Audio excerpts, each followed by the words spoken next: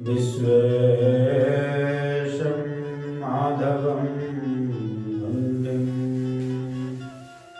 दण्डपाणिं च भैरवम् वन्दे काशीं गुहां गङ्गां भवानीं मणिकर्णिकाम्। भगवान देवादिदेव की महती कृपा से, सदगुरुदेव भगवान की महती कृपा से हम लोग भगवान शिव के इस शिव पुराण की कथा में प्रवेश करने जा रहे हैं।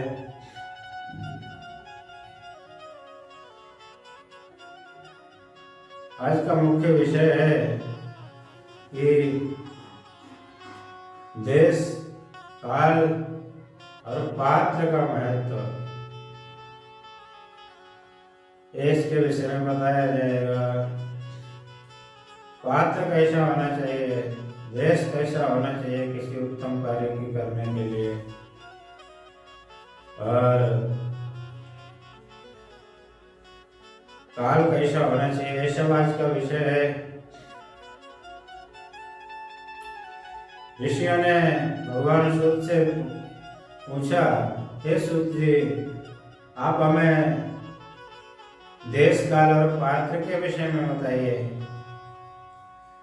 देश की महिमा के विषय में, काल की महिमा के विषय में, पात्र की महिमा के विषय में। जैसे देश की महिमा से वस्तु की महिमा, किसी भी क्रिया की महिमा बढ़ जाती है, उसका फल बढ़ जाता है, कई गुना उसका फल ज्यादा हो जाता है। जैसे जो इंग्लैंड का जो इस समय डॉलर है, वो जब भारत में आएगा, जो $1 रहेगा, भारतीय करेंसी के अनुसार जब बदलेगा तो समता 70 गुना अधिक हो जाएगा। तो ये देश, जैसे संसार में देखा जाता है कि देश के बदलने पर जो वहाँ का विदेश का जो $1 था, भारत में आने पर देश की महिमा से 70 गुना अधिक उसकी महिमा हो गई। इसी को देश की महिमा से, ऐसा शास्त्र में भी है कि देश यदि महिमाशाली हो तो जो हम कर्म कर रहे हैं, जो पुण्य कर्म कर रहे हैं, उसकी कई गुना अधिक महिमा हो जाती है। इसी तरह पात्र, जैसे अच्छी भूमि अगर हो, अच्छी भूमि में, उपजाऊ भूमि, बढ़िया मिट्टी वाली, उसमें यदि बीज को डाला जाए तो वो कई गुना अधिक उसका फल होता है। अच्छी भूमि में जहाँ सामान्यतः जहाँ 2 कुंटल का अगर गेहूँ कट रहा है, 2 कुंटल गेहूँ बीघे में निकल रहा है, यदि अच्छी भूमि है तो उसमें 2 कुंटल की जगह 4 कुंटल, 5 कुंटल का गेहूँ निकलेगा। तो ये पात्र और के भेद से कई गुना अधिक फल बढ़ जाता है, ऐसा संसार में देखा जाता है। और यदि वही बीज ले जाके बालू में डाल दिया जाए तो भले उससे बहुत पेड़ निकल आए, लेकिन उसमें वैसा फल ना आएगा। थोड़ा बहुत गेहूँ आएगा, वो भी बिल्कुल नष्ट प्राय, एकदम भुना हुआ टाइप का, कपुसा हुआ, थोड़ा बहुत आ जाएगा गेहूँ। तो संसार में देखा जाता है कि देश और पात्र के बदलने पर फल में, संसारिक जो फल है, संसारिक वस्तुओं के जो फल है, उनमें बहुत बड़ा अंतर आ जाता है। इस तरह शास्त्र में भी है, पूजा पाठ में भी है, दान धर्म में भी है। और समय जो उस गेहूँ जिस गेहूं को समय पे लगाया जाए, यदि गेहूं को अथवा कोई भी फल है, आलू की फसल है, यदि आलू को समय पे न लगाया जाए, आलू को पता चला कि बरसात में लगा दिया जाए, तो उसका फल क्या होगा कि ठीक देश न होने के, ठीक काल न होने के कारण, अच्छा काल न होने के कारण जो लगाया गया आलू था वो गया आलू वो सड़ जाएगा, उसका कुछ फल ही नहीं प्राप्त होगा। समय पे यदि लगाया जाए भूमि में आलू यथा समय सर्दियों के टाइम में, तो वो आलू कई गुना, एक आलू के पता लगा कि 15-20 आलू हो जाते हैं, तो कई गुना अधिक फल हो जाता है, 1 का 20 गुना। एक काल की महिमा है, ऐसे संसार में देखा जाता है। उसी तरह शास्त्र में भी है कि अच्छा देश, अच्छा काल और सुंदर पात्र प्राप्त होने पर जो दान किया जाता है, जो धर्म किया जाता है, उसका कई गुना अधिक फल हो जाता है।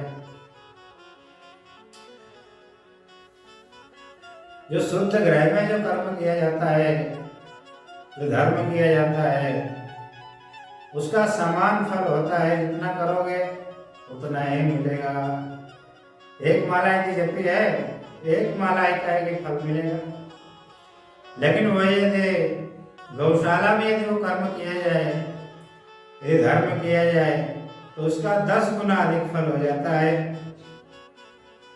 देश की महिमा से।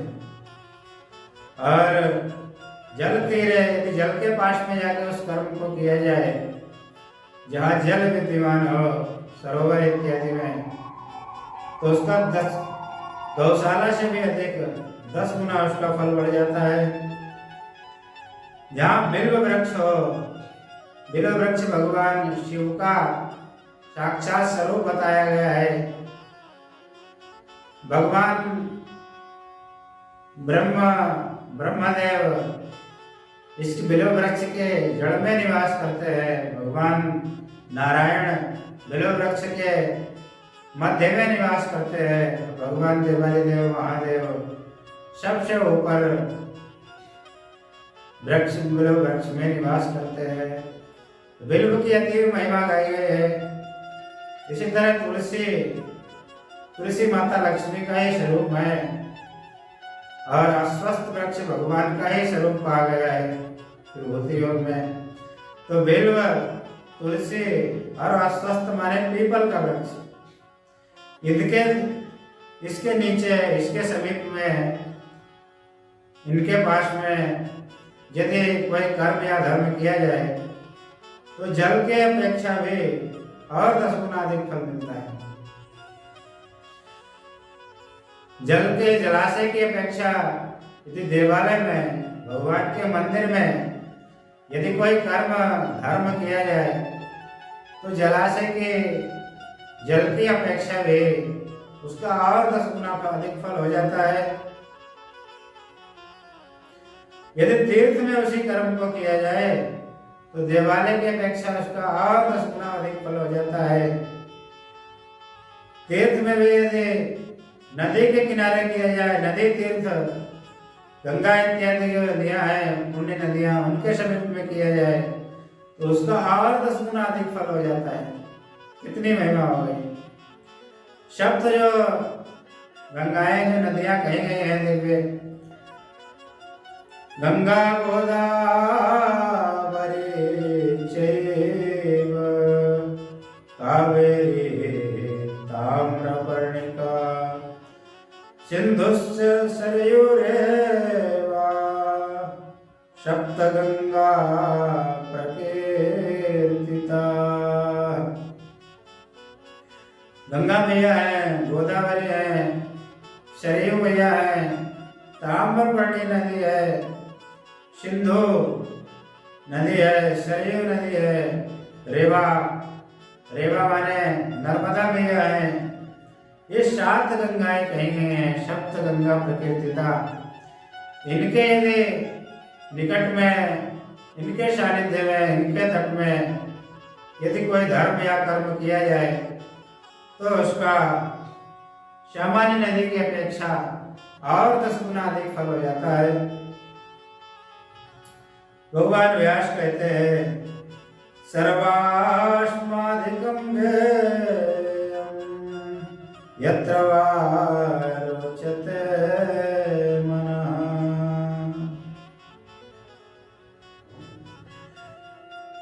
इन सप्त नदियों की अपेक्षा सिंधु माने सागर, सागर सभी नदियों का आश्रय है। सागर भी भगवान का ही स्वरूप है। सागर के किनारे यदि कोई धर्म या कर्म कुछ किया जाए तो उसका इन नदियों की अपेक्षा भी 10 गुना अधिक फल हो जाता है।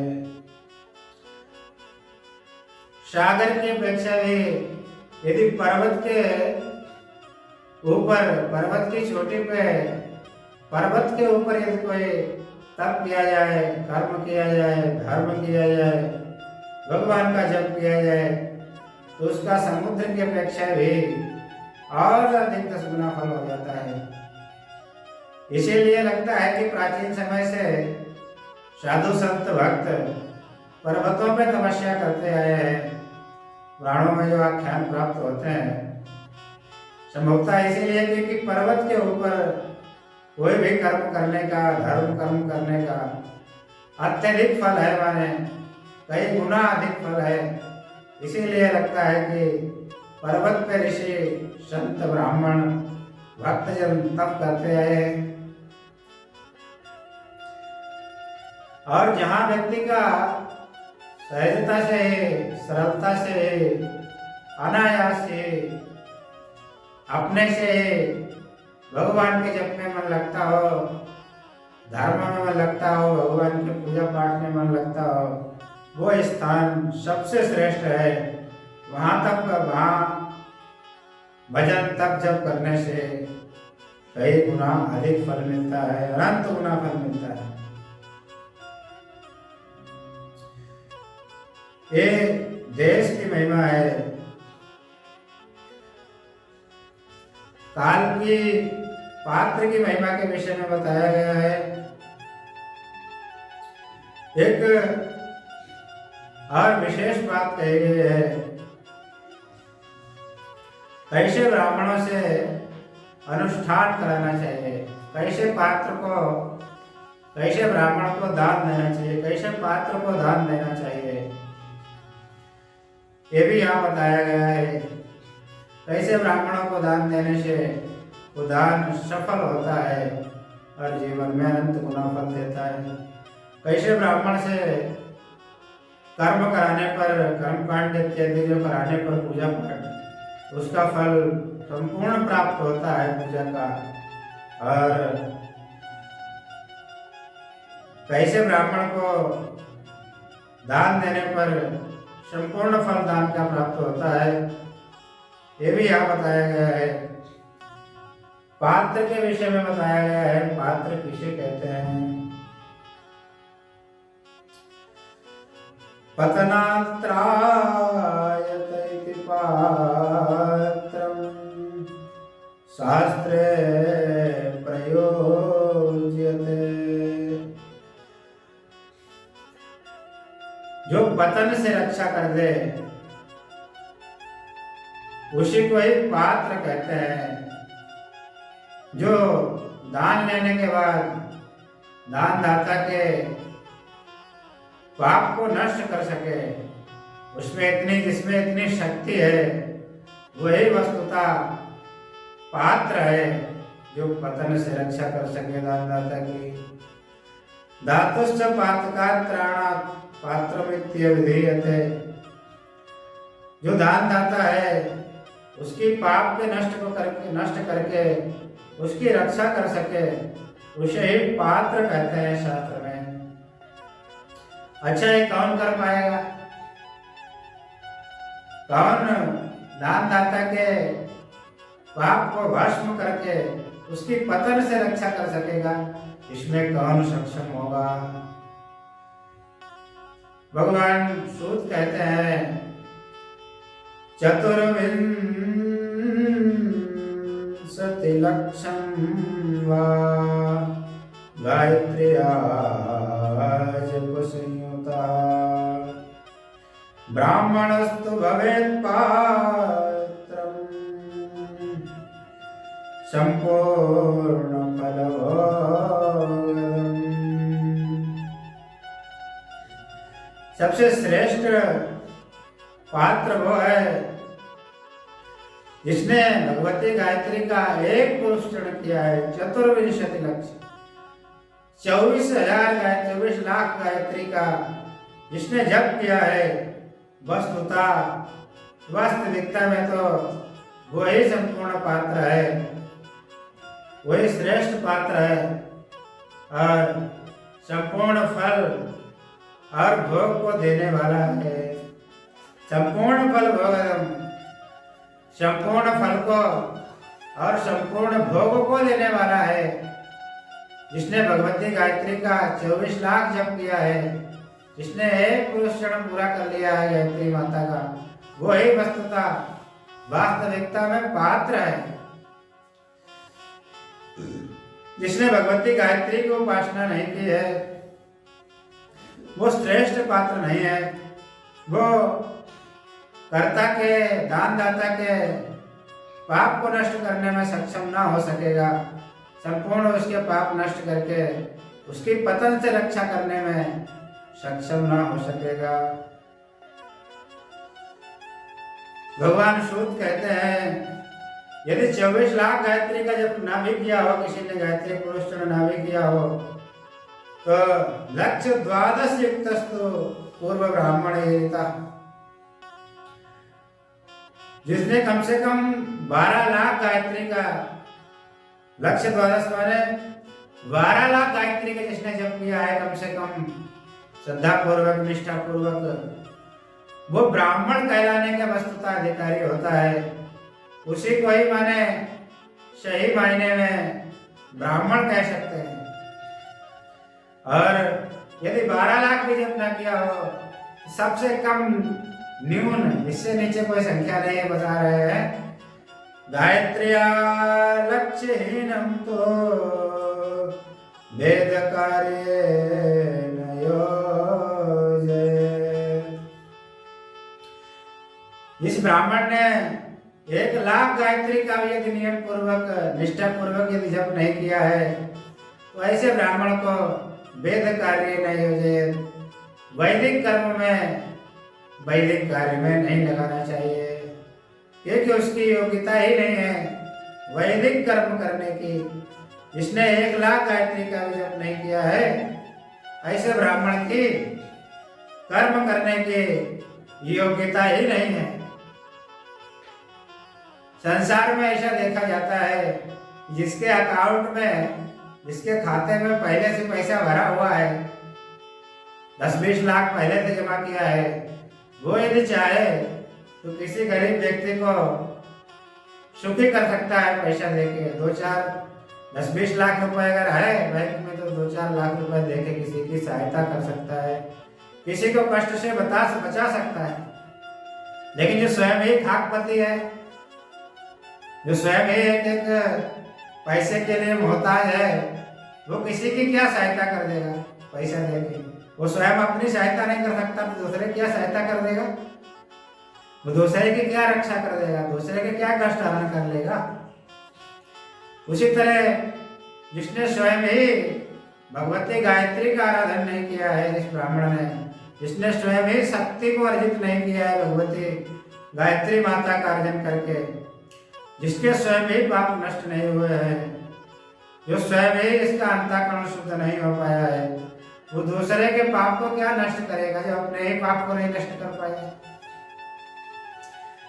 गायत्री किसे कहते हैं? गायकम त्रायते पात्रा गायत्री तुच्यते हिषा। गायकम त्रायते, जिनका जप करने से, गायकम त्रायते, गायत्री अपना गान करने वाले को अधोगति से तारती है। माने जो भगवती गान, माने गाना गाने नहीं लगना गायत्री माता का, कीर्तन नहीं करना मंत्र का। गान माने जो भगवती गायत्री का जप करता है, उसका गायत्री माता उसके पातात्रायते, उसकी पतन से रक्षा करती हैं। उसका गायत्री माता संसार में पतन नहीं होने देती, उसके संपूर्ण पापों को नष्ट करके जो है उसे भगवत धाम का अधिकारी बना देती हैं। इसीलिए उन्हें गायत्री कहते हैं। गायका त्रायते, जप करने काले की वो रक्षा करती हैं, उसका पतन नहीं होने देती, इसीलिए उन्हें गायत्री कहते हैं। गायत्री जप शुद्धो शुद्ध ब्राह्मण उच्यते, तस्मात् दाने जपे होमे पूजायां सर्वकर्मणि। जो गायत्री जप से शुद्ध हो चुका है, जिसने भगवती गायत्री की आराधना करके अपने को निष्पाप बना लिया है, वस्तुतः ऐसे ही ब्राह्मण को शुद्ध ब्राह्मण उच्यते, शुद्ध ब्राह्मण कहते हैं। वास्तविकता में ब्राह्मण कहते हैं। ऐसे ब्राह्मण को तस्मात् दाने, दान देने पर, जपे माने जप कराने पर, उससे होमे होम में होम कराने पर, और पूजा या मुझसे पूजा कराने पर, बाद में लिखा सर्व कर्मणि, सभी कर्मों में ऐसा ब्राह्मण ही जिसने भगवती गायत्री की आराधना की है, वस्तुतः उत्तम पात्र है पूजा कराने का, दान देने का, और जितने भी धर्म है, जितने भी कर्म है वैदिक, उन सभी को कराने का उत्तम पात्र है वो है जिस ब्राह्मण ने भगवती गायत्री माता की आराधना की है। और जो भूखा है, अन्न के विषय में आया, स्त्री हो या पुरुष हो, जो भी भूखा है उसको अन्न देना चाहिए, वो अन्न का अधिकारी है।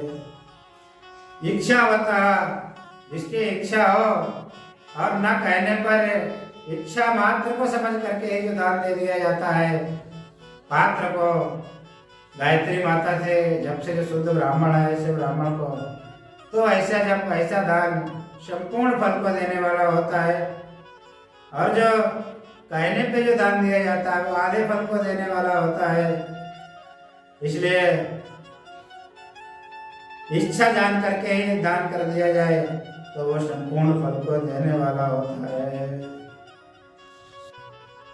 भगवान सूत कहते हैं, हे ऋषियों, पंचाक्षर जप नैव सर्वसिद्धिं लभेत् नरः, प्रणवेनादि संयुक्तं सदा पंचाक्षरं जपेत्।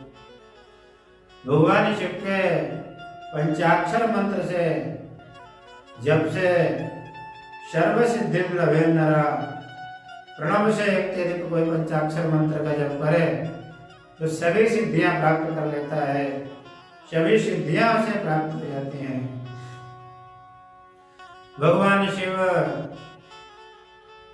सबसे अधिक, हे ऋषियों, मैं तुम्हें अब एक गूढ़ साधन बताने जा रहा हूँ। भगवान शिव जिस साधन से प्रसन्न ही नहीं अपितु अति प्रसन्न हो जाते हैं, अत्यंत प्रसन्न हो जाते हैं, मैं वो साधन तुम्हें बताने जा रहा हूँ, ध्यान पूर्वक सुनो। पूजया शिव भक्तस्य शिवः प्रीततरो भवेत्, शिवस्य शिवभक्तस्य भेदो नास्ति शिवो ईशा। भगवान शिव अपने भक्त की सेवा से, अपने भक्त की पूजा से प्रसन्न ही नहीं होते हैं ऋषियों, अपितु प्रीति तरो अत्यंत प्रसन्न हो जाते हैं। ये मैं तुम्हें गूढ़ साधन बता रहा हूँ। भगवान शिव के भक्त में और भगवान शिव में अंतर नहीं है। शिवो ईशा, भगवान शिव का भक्त शिव ही है, भगवान शिव का ही स्वरूप है। जैसे शिवलिंग में और भगवान शिव में भेद नहीं है, उसी तरह भगवान शिव के भक्त में और भगवान शिव में भेद नहीं है। अपितु भक्त की पूजा से भगवान शिव अत्यंत प्रसन्न हो जाते हैं। अपनी पूजा से भी अधिक अपने भक्त की पूजा से भगवान शिव प्रसन्न होते हैं। इसका दार्शनिक रहस्य है कि जो भगवान शिव का पंचाक्षर मंत्र है वो भगवान शिव के भक्त ने धारण कर रखा है, इसलिए वो भी शिव स्वरूप हो गया। शिव स्वरूप मंत्रस्य धारणा शिवे वही। भगवान शिव का जो पंचाक्षर मंत्र है इसकी महिमा ही ऐसी है, ये शिव स्वरूप ही है, इसमें भगवान में भेद नहीं है। इसलिए इसके धारण करने से भगवान का भक्त शिव स्वरूप ही हो जाता है। यावत् शिवं मंत्रेण जप्तं भवेत् रमा तावत् वै शिव सान्निध्यं तस्मिन् देहे न संशयः। जिस भक्त ने, जिस जीव ने इस भगवान के इस पंचाक्षर मंत्र का जितना जप कर लिया उतना ही उसे भगवान का सानिध्य प्राप्त हो गया, भगवान की उतनी समीपता प्राप्त हो गई, भगवान का उतना ही उसे सानिध्य प्राप्त हो गया। तावत् वै शिव सानिध्यम तस्मिन् देहे न संशयः। हे ऋषियों, इसमें संशय नहीं करना चाहिए कि ऐसा कैसे हो सकता है। भगवान शिव के मंत्र का जितना जो भजन करेगा, जितना जो जप करेगा, वो उतना ही शिव स्वरूप हो जाएगा। भगवान शिव की उसे इतनी ही अधिक सन्निधि प्राप्त हो जाएगी जितना अधिक जप करेगा।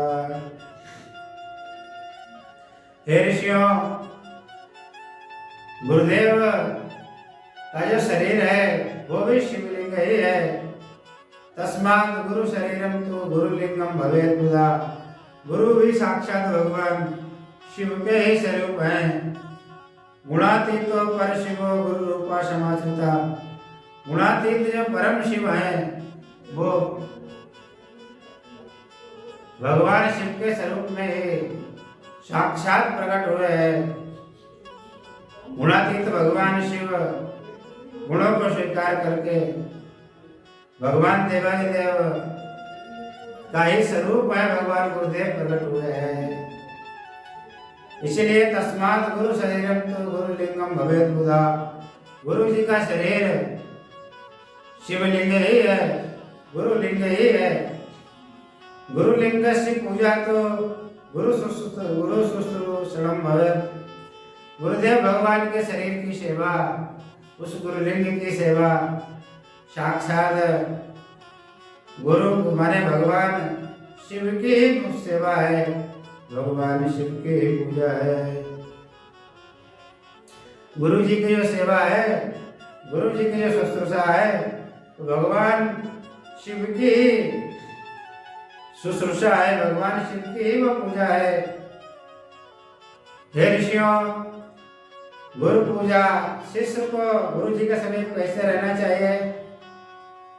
जैसे कोई दास अपने स्वामी के समीप सर नीचा करके खड़ा रहता है, हाथ जोड़ करके उनकी आज्ञा को सुनने के लिए कि मुझे कब आज्ञा करेंगे, मेरे ऊपर कब कृपा करेंगे। इसी तरह शिष्य को गुरु के समीप में विराजना चाहिए, अत्यंत दैन्यता दीनता पूर्वक गुरु जी की आज्ञा का सदैव उसे इंतजार करते रहना चाहिए, सदैव प्रतीक्षा करते रहना चाहिए, गुरुदेव हमें कब आज्ञा दें। गुरु पूजा साक्षात् शिवस्य परमात्मना। गुरु जी की पूजा शिव जी की पूजा है, भगवान शिव की साक्षात पूजा है गुरु की पूजा। अरे गुरु जी की सेवा आत्म शुद्धि कराने वाली है। आत्म शुद्धि करे भवे। शिष्य को जो भी कुछ प्राप्त हो उस सबको सबसे पहले गुरु जी के चरणों में निवेदन करे। जल, भोजन, वस्त्र, अन्न, धन इत्यादि जो कुछ भी शिष्य को प्राप्त हो वो सब कुछ भगवान गुरुदेव के चरणों में उसे समर्पित करे, गुरुदेव भगवान के चरणों में। और फिर शिष्याणाम शिव भक्तानाम ग्राह्यम भोज्यम भवेत् द्विजः। जब गुरुदेव उसका उपभोग कर लें उसके बाद जब वो शिष्ट हो जाए, गुरु जी का प्रसाद हो जाए, शिव भक्तानाम ग्राह्यम भोज्यम, वही शिव भक्तों के लिए ग्राह्य है, ग्रहण करने के योग्य है, उनके भोग करने के योग्य है। पहले गुरु जी को समर्पित करें, फिर गुरु जी जब उसका उपयोग कर ले, वस्त्र पहनना है तो पहले गुरु जी के चरणों में समर्पित कर दीजिए, फिर गुरु जी के हाथ से उसको ग्रहण कीजिए, तब वो वस्त्र फिर प्रसाद बन जाएगा। उसमें प्रसाद पाना है, पहले गुरु जी का भोग लगवाइए, फिर अपने का स्वयं ग्रहण कीजिए, तो वो फिर पदार्थ नहीं रहेगा, वो प्रसाद बन जाएगा। हे ऋषियों, गुरुदेव की प्रसन्नता से भगवान शिव अत्यंत शीघ्र प्रसन्न होते हैं। रामचरितमानस में तो भगवान राम ने स्वयं कहा है, मोते अधिक गुरु ही जानी,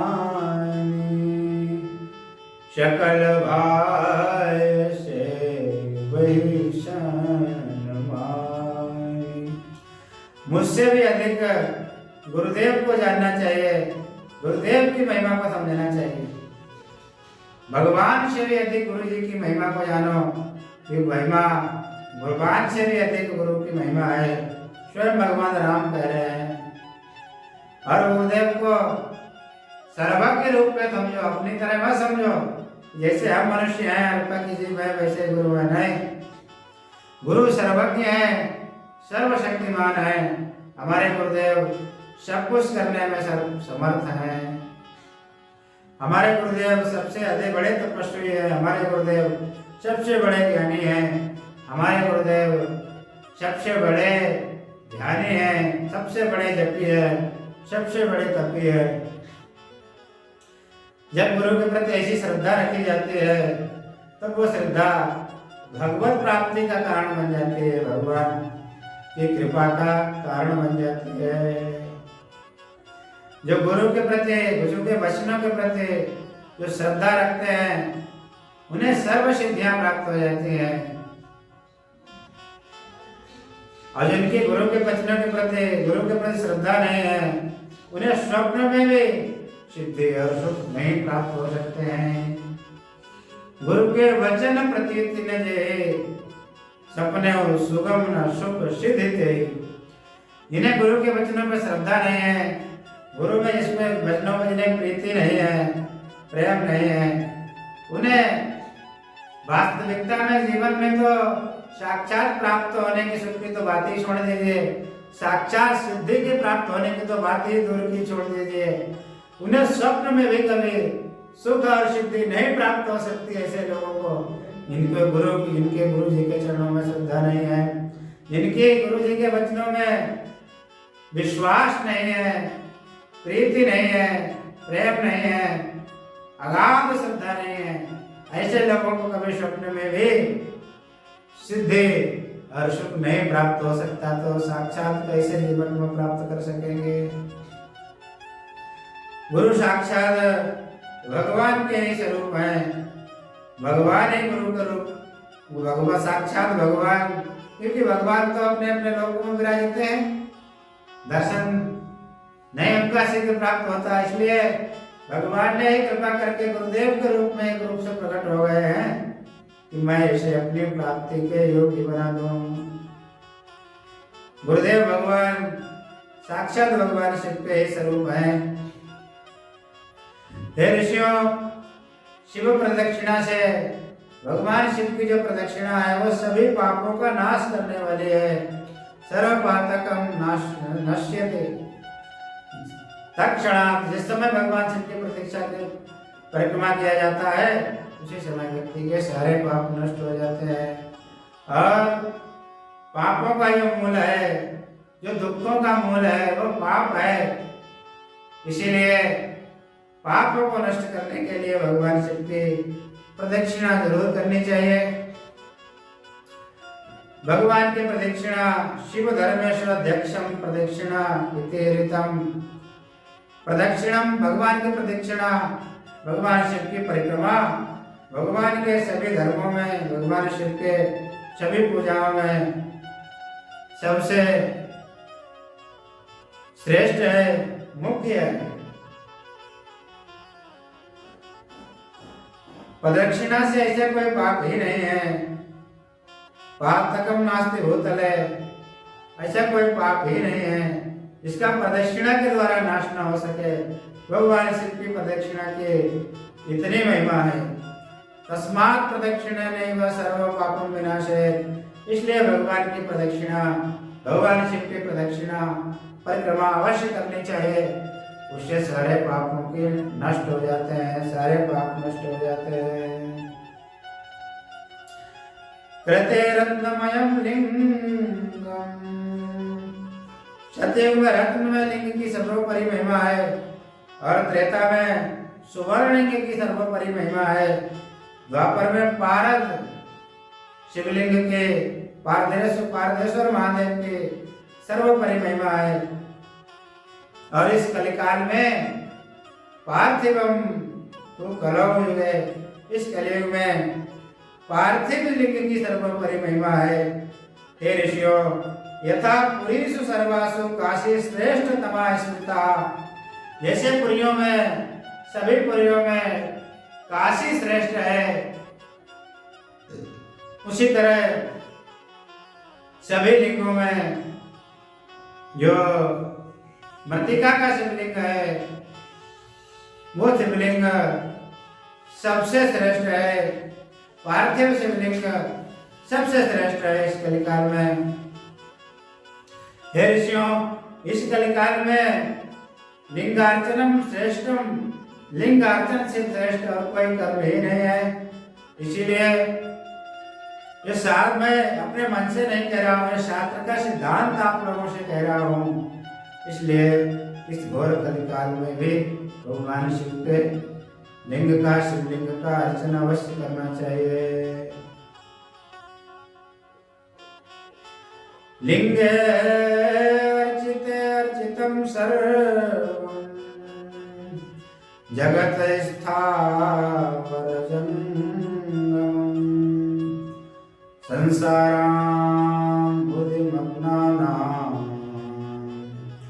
नान्यतर साधनम्। हे ऋषियों, लिंगे अर्चिते अर्चितम सर्वम, जितना भी है स्थावर और जंगम संसार है। स्थावर माने जो पेड़ पौधे इत्यादि है, और जंगम माने चलने वाले जो पशु पक्षी इत्यादि जो जीव हैं, मनुष्य आदि जो हैं, यदि शिवलिंग की पूजा कर ले तो इनकी सबकी लिंगे अर्चिते अर्चितम सर्वम, इनकी सबकी पूजा हो जाती है, क्योंकि सब लिंग में ही प्रतिष्ठित है, सब लिंग से ही उत्पन्न हुए हैं। शिवलिंग सबका मूल है। इसने शिवलिंग की पूजा कर ली, उसने समग्र संसार के, इस चर और अचर संसार के, समग्र संसार की पूजा कर ली। इस संसार रूपी संसार में जो डूब रहे हैं, जो निमग्न हो रहे हैं, उन सबको तारने के लिए नान्य तरण साधनम, उनको तारने के लिए और कोई दूसरा इस कलिकाल में साधन ही नहीं है। एकमात्र शिवलिंग ही, भगवान शिवलिंग की पूजा है, उनको इस संसार से तारने में सक्षम है। भगवान शिव की पूजा है सर्वोपरि है। भगवान शिव की पूजा बिना भस्म त्रिपुंड्रेण, बिना रुद्राक्ष मालया, बिल्वपत्रम ज्ञानैव पूजयेत् शंकरं बुधः। ज्ञानी के लिए, विद्वान के लिए बिना भस्म त्रिपुंडेन, बगैर त्रिपुंड लगाए भस्म के द्वारा भगवान शिव की पूजा नहीं करनी चाहिए। पहले भस्म का सुंदर त्रिपुंड धारण करें और बिना रुद्राक्ष माला और बगैर रुद्राक्ष की माला के भगवान शिव का पूजन नहीं करना चाहिए। पहले भस्म धारण करें और रुद्राक्ष माला धारण करें और भगवान शिव की पूजा में बिल्व पत्र अवश्य होना चाहिए। यदि बिल्व पत्र नहीं है, रुद्राक्ष धारण नहीं किया गया है, भस्म का त्रिपुंड धारण नहीं किया गया है, तो भगवान शिव की पूजा का संपूर्ण फल नहीं मिलता है। वो पूजा का संपूर्ण फल प्राप्त करने के लिए भस्म का त्रिपुंड जरूर धारण करना चाहिए, रुद्राक्ष की माला अवश्य धारण करनी चाहिए और बिल्व पत्र अवश्य पूजा में भगवान को समर्पित करना चाहिए। यदि सभी पदार्थ भगवान शिव को अर्पित कर दिए जाएं और बिल्व पत्र अर्पित न किया जाए तो भगवान शिव की पूजा पूर्ण नहीं मानी जाती, पूर्ण फल देने वाली नहीं होती। और पदार्थ ना भी हो, यदि बिल्व पत्र भगवान को अर्पित कर दिया जाए तो भगवान देवादिदेव महादेव पूर्ण मानते हैं अपनी पूजा को और प्रसन्न हो जाते हैं। इसलिए भगवान की बिल्व पत्र के बगैर पूजा नहीं करनी चाहिए। बिल्व पत्र भगवान की पूजा में अवश्य रखना चाहिए। महादेव स्वरूपोऽयं बिल्वो देवैरपि यथा कथांचित एतस्य महिमा ज्ञायते कथम। क्योंकि बिल्वपत्र भगवान शिव का ही साक्षात स्वरूप है, महादेव स्वरूपोऽयं। स्वयं देवताओं ने बिल्वपत्र की स्तुति की है, इसलिए बिल्वपत्र को जरूर भगवान शिव की पूजा में शामिल करना चाहिए, जरूर रखना चाहिए। बिल्वपत्र अत्यंत आवश्यक है भगवान देवादिदेव महादेव की पूजा में। बिल्वपत्र के बगैर भगवान शिव की पूजा अधूरी ही रहती है, पूर्ण नहीं मानी जाती। पूर्ण फल भगवान शिव की पूजा का बिल्वपत्र के बगैर नहीं प्राप्त हो पाता है। कल भगवान के नाम की महिमा को और बिल्वपत्र की महिमा को विशेषता गाया जाएगा। भगवान शिव के नाम की महिमा क्या है, उनके बिल्वपत्र की महिमा क्या है। ये जो त्रिपुंड है, ये रेखाएं ऐसे ही नहीं है माने। ये जो नीचे की रेखा है, ये साक्षात ब्रह्मदेव का स्वरूप है और जो मध्य की रेखा है, ये भगवान नारायण का स्वरूप है।